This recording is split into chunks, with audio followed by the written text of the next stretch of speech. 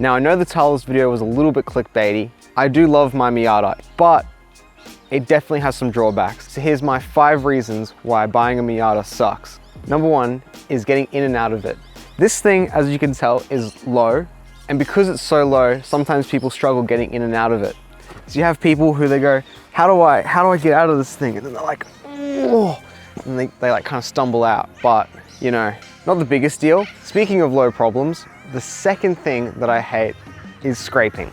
Now this is the most painful thing to happen when you're in a car, especially one that you really like.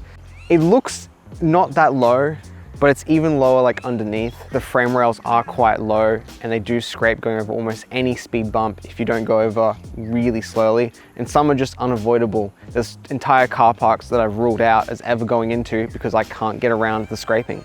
And while it's not the biggest deal, it is the most painful noise, and everyone else is looking at you like you're an idiot because you kind of are, because you lowered a car way below what you should have.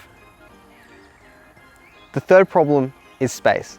Now, I know, don't look at me like, oh, you're an idiot, because I know when I bought this car, I was like, there's gonna be no space. I've got 2 seats, a parcel tray, a glove box, some weird thing in the middle, and then this smallest boot. Like, I legitimately couldn't fit a child in there if I really needed to.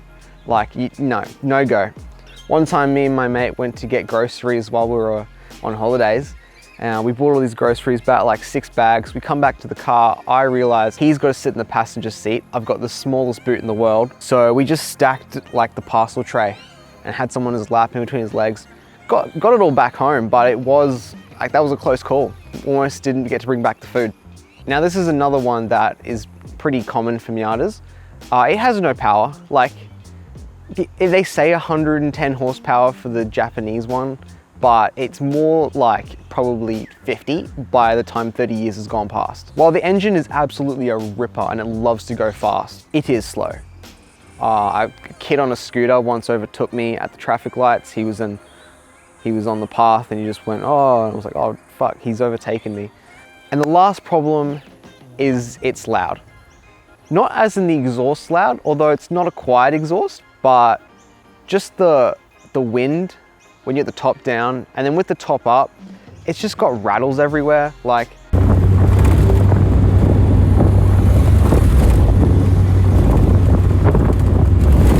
so you can hear everything. You can hear the transmission. People go, oh, do you have a turbo? And I go, no, that's just my transmission whining.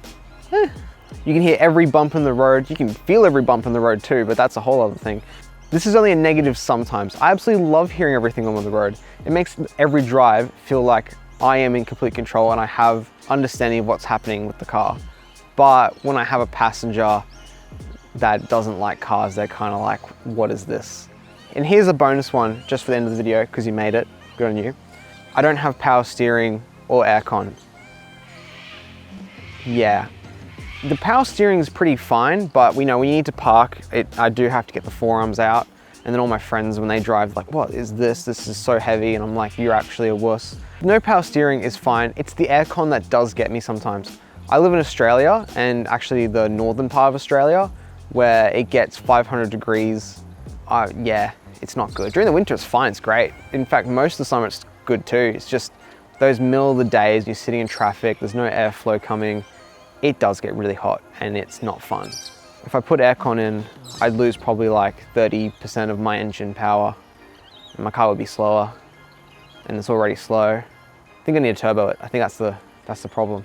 But look, again, I love this car. This is one of the best cars you can buy. If you're a car enthusiast and you just want to get something that is going to be reliable and fun and is actually going to teach you how to drive really well, this is the car. There's a reason why Miata is always the answer. It's because they're so much fun, they're reliable, they're easy to mod, easy to work on. The engine bay has so much space. To be honest, I could start putting my groceries in the engine bay. I think that's a good idea. I might start doing that. Then by the time I get home, I'll have cooked steak.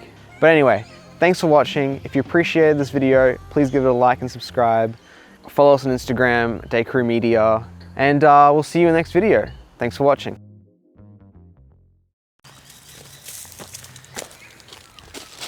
So I was prepping to take a video there to show how low it is on the speed bump, but I've locked my keys in my boot when I was taking video of the boot. So yeah, now I gotta wait for someone to come and bring me some of my spare keys because I can't open the boot without my keys.